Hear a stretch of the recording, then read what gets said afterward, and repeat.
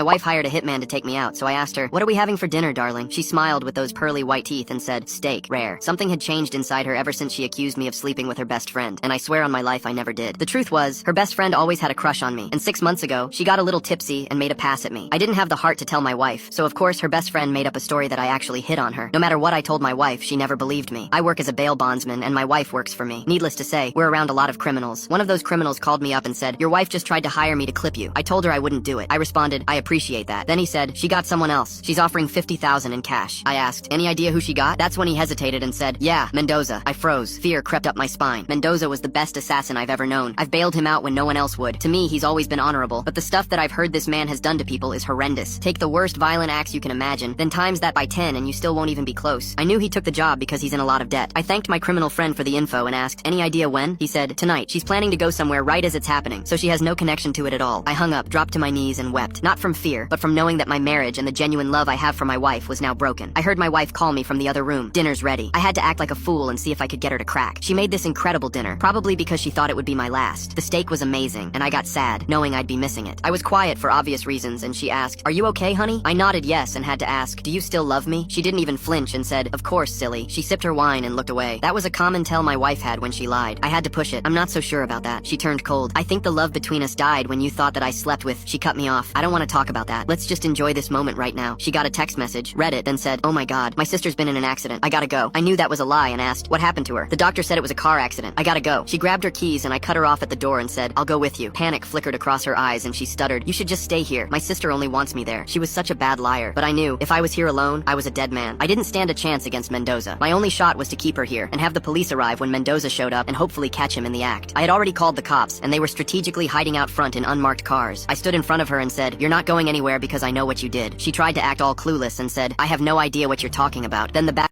Scan the QR code to enjoy the wonderful continuation for free. New users will also receive additional rewards.